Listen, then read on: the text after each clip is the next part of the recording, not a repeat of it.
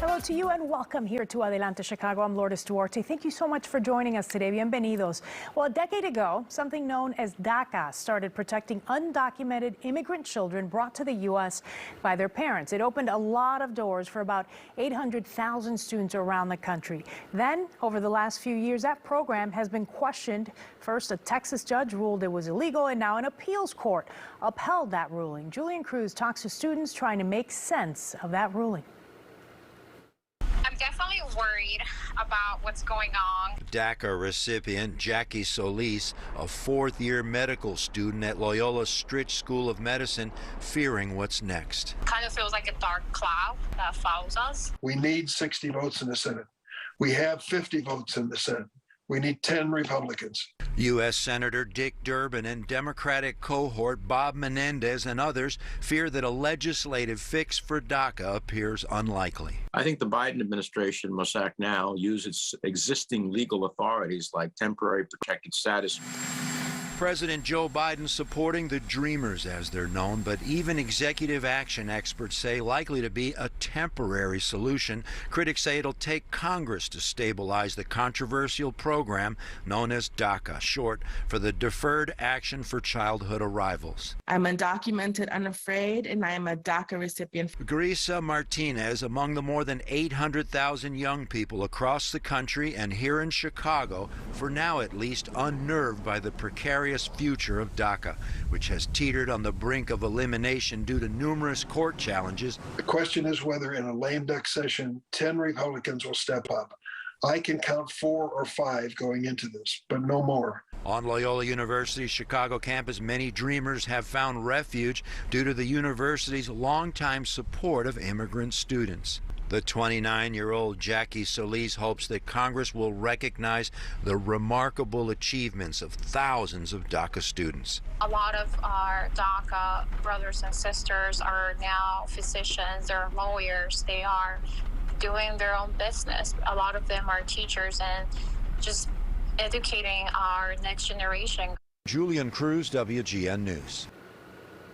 And thank you to Julian Cruz for that report. Joining us now to talk about the future of this program and what it means for her is Dulce Dominguez. She is the development director at Alianza Americas and also a DACA recipient. Welcome. Thank you for coming in today. Thank you for having me. Okay, let's begin with your thoughts on when you first heard the news about this appeals court ruling.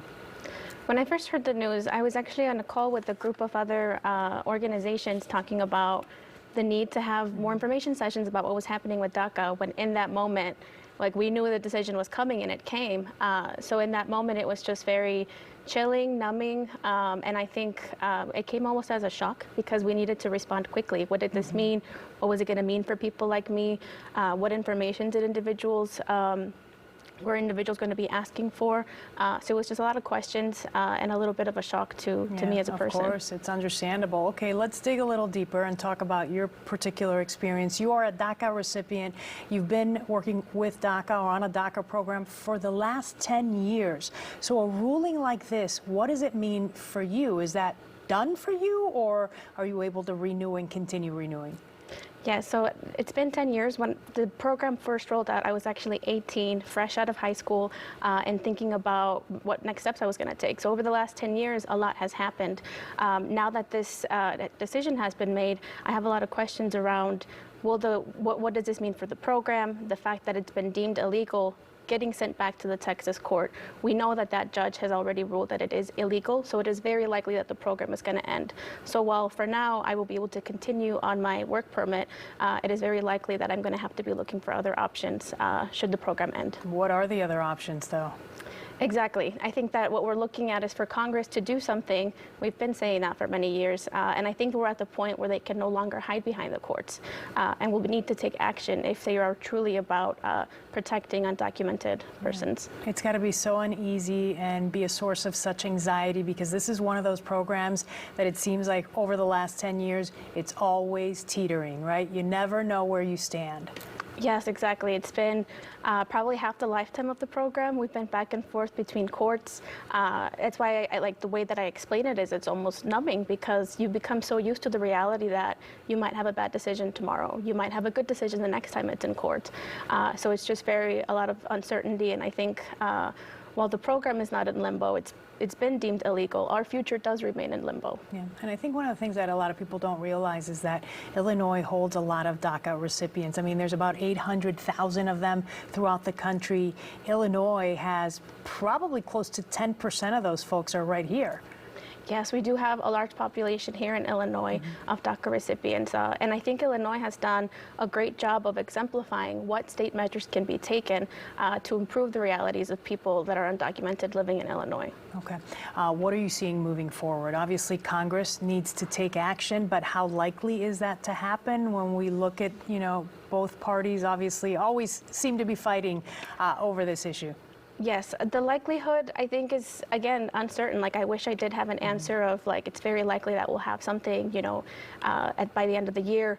While there has been talks about it, I think it's going to be very difficult to get at least 10 Republicans on board. So I think that for us as advocates, it's pushing our congressmen and women to put more pressure on their colleagues to come to an agreement on finally finding a solution for this program that is permanent. Okay, Alianza Americas, one of the many organizations helping with this. What do you want people at home to know, or how can they help? What should they be doing? I think that it goes back to what I was just saying. Like, we really do need people to all come on board to realize that this is people that we're talking about. These are human lives. It's not something that we should be playing a political game over or treating as bargaining chips. We really should be coming all together and demanding a permanent solution in the next couple months so that DACA can stop being a political game. Okay, Dulce, thank you so much. Very well said. We appreciate your time. Thank you.